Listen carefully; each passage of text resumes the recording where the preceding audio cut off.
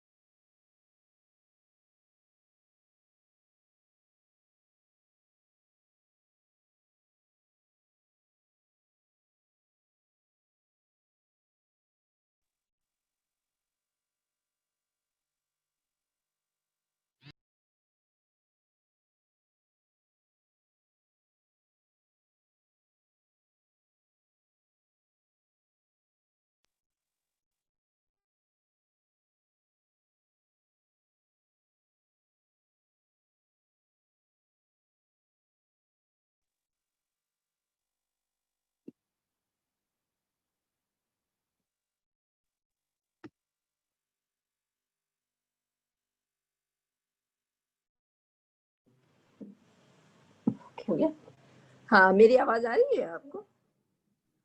جی جی، آداب۔ سب سے پہلے تو میں شکریہ ادا کرنا چاہتی ہوں جناب نبیہ صدر شعبہ اردو اور فرخندہ صاحبہ کا اور باقی تمام منتظمین کا کہ انہوں نے یہ موقع عنایت فرمایا۔ دوسری بات یہ کہ پروفیسر صادق علی صاحب نے اتنا پرمغز مضمون پڑھا کہ مجھے لگتا ہے کہ ہم لوگ بہت زیادہ نیا تو کیا کہیں گے، لیکن پھر بھی میں جو کچھ کوشش کرتی ہوں۔ میرے اس مضمون کا عنوان ہے اردو کی کلاسیکی شاعری میں حب الوطنی کے رنگ۔ تو سب سے پہلے ایک فلمی گانے کے 2 لائنیں آپ کو شروعات میں سنا دیتی ہوں۔ ہر کرم اپنا کریں گے اے وطن تیرے لیے، دل دیا ہے جاں بھی دیں گے اے وطن تیرے لیے۔ وطن کی محبت یا اپنی دھرتی سے انس ایک ایسا جذبہ ہے جو خالق کائنات نے ہر ذی حس مخلوق کو دیا ہے، چاہے وہ پیڑ پودے ہوں، انسان ہو، حیوان ہو، ہر ایک میں یہ جذبہ کسی نہ کسی صورت موجود ہوتا ہے۔ ہر پودا ایک خاص زمین میں ہی پنپتا ہے اور تناور درخت بنتا ہے، اگر اسے اکھاڑ دیا جائے تو مر جاتا ہے۔ جانوروں کو دیکھیے تو وہ بھی اپنے علاقے اور اپنی مٹی میں ہی پلتے ہیں، بڑھتے ہیں، اور وہاں سے اگر انہیں ہٹایا جائے تو وہ ان کی زندگی یا تو دشوار ہو جاتی ہے یا ختم ہو جاتے ہیں۔ انسان جو کہ اشرف المخلوقات ہے تو اس کو تو یہ جذبہ محبت کا جذبہ اتنا شدت سے دیا گیا ہے کہ میر صاحب نے کہا ہے کہ سب نے جس بار سے گرانی کی اس کو یہ ناتواں اٹھا لایا. تو آپ سمجھ سکتے ہیں کہ انسان میں کس شدت سے محبت کا جذبہ ہے. محبت کے یوں تو ہزاروں رنگ ہیں, سینکڑوں موبد ہیں, لیکن اللہ اور والدین کے بعد اگر محبت کا کوئی رنگ سب سے گہرا ہے اور سب سے قوی اور عظیم ہے تو وہ وطن کی محبت ہے. وطن یعنی وہ سرزمین, وہ دھرتی جس پر ہم نے جنم لیا, جس کی مٹی سے ہمارا خمیر اٹھا, جس کی آب و ہوا میں ہم نے زندگی پائی اور جس کی مٹی میں ہماری جڑیں پیوست ہیں. اس مٹی اور اس خاک کی محبت ہماری نس نس میں بستی ہے. پھر اردو شاعری جو محبت کی شاعری ہے, نازک جذبات کی شاعری ہے, قلبی واردات کی شاعری ہے, حب الوطنی کے اظہار سے کس طرح مبرہ رہ سکتی ہے. شاعری میں اپنی مٹی سے محبت اور مٹی کی خوشبو کوئی نئی چیز نہیں ہے. جب ریاستوں, ملکوں اور سرحدوں کی تقسیم نہیں ہوئی تھی تب بھی ہر انسان کے دل میں اس مقام سے محبت کا جذبہ موجود تھا جہاں کی مٹی سے وہ اٹھا تھا. وطن کی محبت تب بھی تھی, نام کچھ بھی رہا ہو. ملک, شہر, گاؤں, اسی وطن کی محبت نے اس کی حفاظت کے جذبے کو جنم دیا اور اس کی حفاظت کے لیے لوگوں نے اپنی جان کی بازی لگا دی. ہر زبان کی شاعری میں حب الوطنی کا کچھ نہ کچھ ذکر ہے, ضرور ہے. حضرت امیر خسرو نے اپنی مثنوی 9 سپہر میں ایک پورا باب ہندوستان کی دھرتی کے نام مخصوص کیا ہے.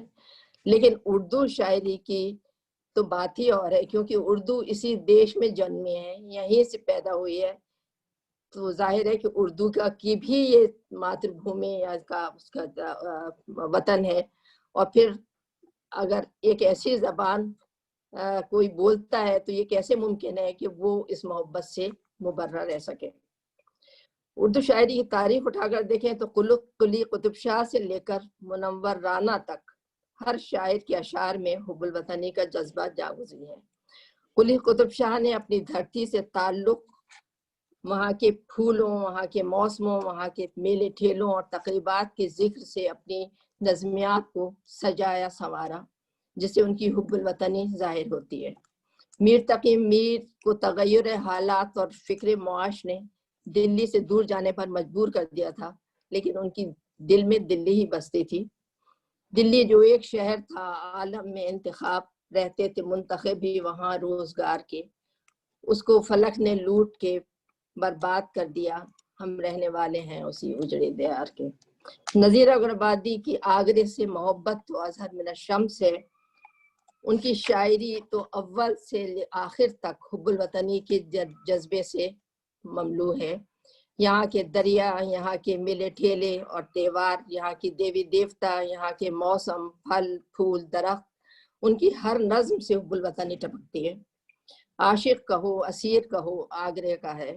ملا کہو, دبیر کہو, آگرے کا ہے. مفلس کہو, فقیر کہو, آگرے کا ہے. شاعر کہو, نذیر کہو, آگرے کا ہے.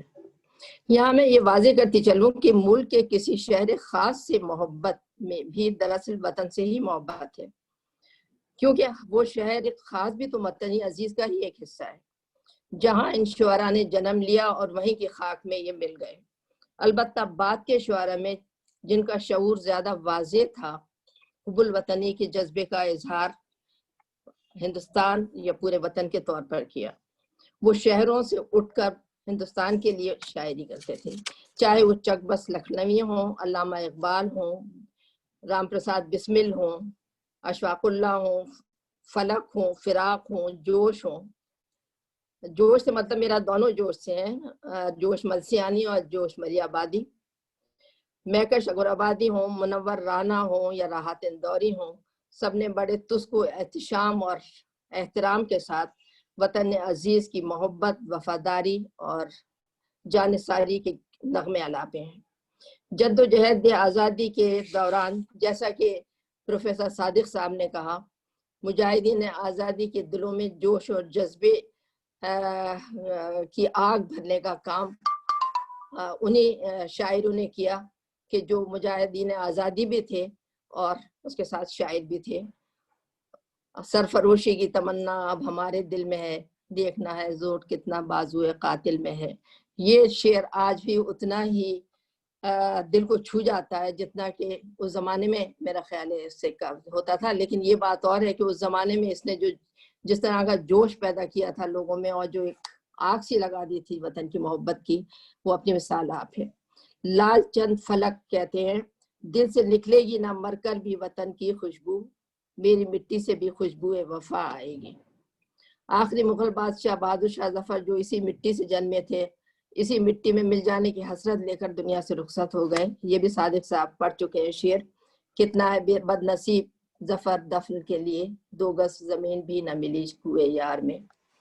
یوں تو 20ویں صدی کے نصف اول میں بہت سے کلاسیکی شعراء کے کلام میں حب الوطنی کا رنگ نظر آتا ہے، لیکن میں طوالت کے خوف سے صرف 2 شاعروں کا ذکر کرنا چاہوں گی، چکبست لکھنوی اور علامہ اقبال، جس کے سے کچھ مثالیں پیش ہیں. چکبست لکھنوی جو وہ کہ کشمیری شاعر تھے، ابھی آپ نے سنی لیا، اور دبستان لکھنؤ کی آخری دور کی یادگار ہیں. ان کی شاعری میں حب الوطنی کا رنگ بہت گہرا ہے. اس خاک میں مل جانا وہ اپنی زندگی کی میراث سمجھتے تھے. گرد و غبار یہاں کا کھلتا ہے اپنے تن کو، مر کر بھی چاہتے ہیں خاک وطن کفن کو. اور وطن کی خاک سے مر کر بھی ہم کو انس باقی ہے، مزہ ہے دامن مادر کا اس مٹی کی دامن میں. اپنی جنم بھومی کو مادر وطن اس لیے کہا جاتا ہے کہ اس کے آغوش میں وہی گرمی، وہی نرمی اور وہی شفقت ہوتی ہے جو ماں کی گود میں ہوتی ہے، اور یہیں سے ہماری حیات کے سوتے پھوٹتے ہیں. بعد فنا اسی مٹی میں مل جانا ہر محب وطن کی آرزو ہوتی ہے. بقول چکبست اے ارض ہند تیری عظمت میں کیا گماں ہے، دریائے فیض قدرت تیرے لیے رواں ہے، تیری جبیں سے نور حسن ازل عیاں ہے، اللہ رزق و زینت کیا اوج عز و شان ہے. دوسرے شاعر علامہ اقبال، ایک عظیم شاعر، ایک عظیم مفکر، عظیم فلسفی، سب بجا، لیکن آج بھی عام ہندوستانی کے دل میں ان کی رسائی ان کے ترانے کی مرہون ملت ہے. کوئی موقع ہو، چاہے وہ کوئی تہوار ہو، قومی تہوار ہو یا حب الوطنی کا کوئی بھی موقع ہو، سب اگر کسی کی زبان میں سب سے پہلے جو شعر آتا ہے وہ سارے جہاں سے اچھا ہندوستان ہمارا، ہم بلبلیں ہیں اس کی، وہ یہ گلستاں ہمارا.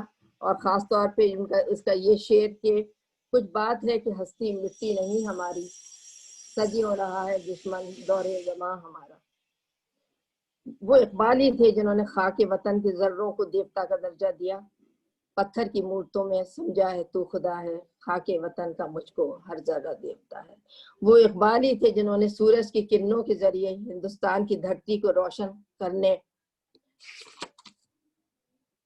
اور رکھنے کی امید کا پیغام دیا. وہ دھرتی جہاں خورشید خاور سب سے پہلے اپنی کرنیں نثار کرتا ہے.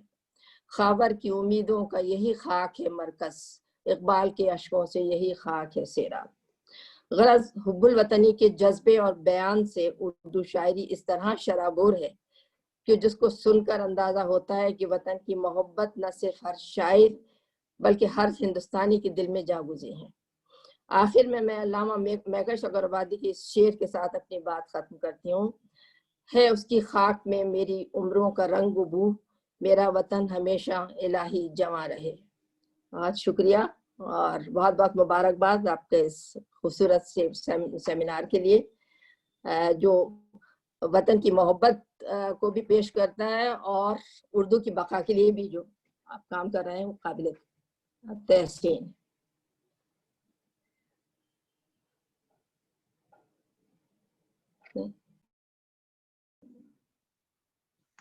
محترم ناظرین، ابھی آپ نے آج کے موضوع سے متعلق محترمہ ڈاکٹر نجمہ جعفری صاحبہ کے پرمغز خطبات کو ملاحظہ فرمایا. آپ نے اردو کی کلاسیکی شاعری کے تناظر میں اپنی گفتگو شروع کی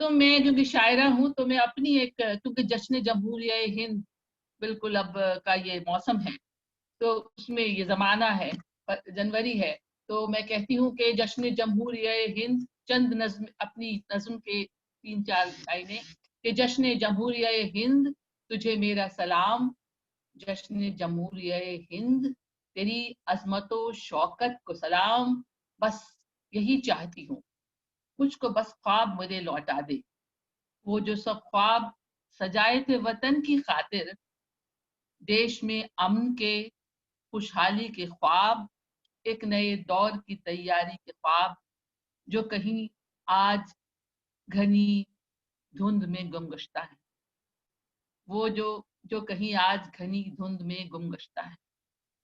میں یہ کہہ رہی تھی کہ ابھی جیسے بہت کچھ ہو چکا، میں باتیں دہرانے کی کوشش نہیں کروں گی کہ اردو شاعری میں حب وطن کے بہت سے رنگ ہیں، اپنے وطن کے موسم، قدرتی نظارے، دیش میں جنمی عظیم ہستیوں کی یاد، اس کی عظیم تاریخ وغیرہ وغیرہ، لیکن صرف یہی نہیں ہے، اور بہت کچھ ہے حب وطن۔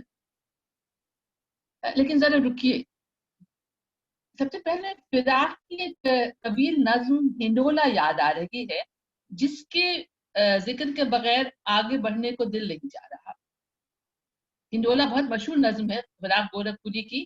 اس نظم کے ابتدائی حصے میں ہندوستان کی ساری خوبصورتی بہت اشعار میں ڈھل گئی ہے، اور بعد میں یہ ذاتی نوعیت کا رنگ لے لیتی ہے یہ نظم، اور اختتام میں وطن کے طالب علموں اور نوجوانوں کے لیے دعائیہ انداز میں ختم ہوتی ہے۔ اس میں ہندوستان کی گنگا جمنی تہذیب پوری موجود ہے، رام ہیں، سیتا ہیں، نانک و چشتی ہیں، رادھا اور کرشن ہیں، شہزادہ خرم ہیں، ارجن و بھیم ہیں، کبیر، تلسی داس، رس خان اور میرا اور میر اور غالب ہیں، ہمارے موسموں کا، پہاڑوں کا سارا حسن ہے۔ وہ بہت لمبی ہے تو میں اس کے اقتباسات نہیں دے سکتی، بس میں ایک مسئلہ پڑھوں گی کہ وہ کہتے ہیں کہ اس ارض پاک سے اٹھتی ہیں کتنی تہذیبیں۔ اس بس ان کی ایک ربائی پیش کرتی ہوں اس کے بجائے کہ میں اس نظم میں سے کچھ پڑھوں، کہ بڑی عجیب ربائی ہے یہ دیکھیے۔ لے اے ماتا نظام شمسی کا پیام، لے اے ماتا، ماتا بھارت ماتا سب کہتے ہیں، لے اے ماتا نظام شمسی کا پیام، دے اے ماتا نظام شمسی کو پیام، اے ہند، اے ہند تیرا نزول عالم میں ہے، سینے میں فضاؤں کے خدا کا الہام۔ یہ ایسا فراق ہی کہہ سکتے ہیں۔ اور ایک دو لوگوں کو اور ذکر کروں گی، اکثر میرے تھی سے سب واقف ہیں، کہ جو بہت آسان زبان میں حب وطن سے سرشار نظمیں کہتے ہیں۔ آپ نے ایک ویڈیو دیکھا ہوگا، ایکچولی وہ ان کی ہی نظم ہے، بہت مشہور، بھارت پیارا دیش ہمارا سب دیشوں سے نیارا ہے۔ اس کی کافی چیزیں بدل کے، الفاظ مصرے بدل کے اس کا ویڈیو بنایا گیا جو یوٹیوب پر بہت پاپولر ہے۔ اور اب آپ سب نے جنگ آزادی کی بات کی اور اس زمانے کی شاعری کی، تو وہ میں دہراؤں گی نہیں، ابھی سب کا ذکر ہو چکا ہے اس شعر کا کہ جنگ آزادی، اور اس شعر کو آپ الگ نہیں کر سکتے کہ سرفروشی کی تمنا اب ہمارے دل میں ہے، دیکھنا ہے زور کتنا بازو قاتل میں ہے۔ لیکن ایک نام اور ہے جس کو لوگ ان کی ایک آج کل عام طور پہ لوگ چپ کے رات دن آنسو بہانا یاد ہے کہ نام سے یاد کرتے ہیں، یعنی حسرت موہانی۔ وہ جنگ آزادی کے مجاہد جنہوں نے جد و جہد کا وہ انقلاب زندہ باد کا نعرہ دیا، جس کے بغیر ہم تصور نہیں کر سکتے جد و جہد آزادی کا۔ سودیشی تحریک میں وہ اور ان کی بیوی تن من دھن سے شامل تھیں، جنہیں انگریزوں نے قید بامشقت میں رکھا چکی پیسنے کے لیے، اور انہوں نے کہا کہ ہے مشق سخن جاری چکی کی مشقت بھی، حب وطن ان کی رگ رگ میں بسا ہوا تھا۔ دیکھیے کس طرح غزل کے انداز میں کہتے ہیں کہ رسم جفا کامیاب دیکھیے کب تک رہے، رسم جفا کامیاب دیکھیے کب تک رہے، حب وطن محو خواب دیکھیے کب تک رہے، دولت ہندوستان قبضے اغیار میں بے عدد و بے حساب دیکھیے کب تک رہے۔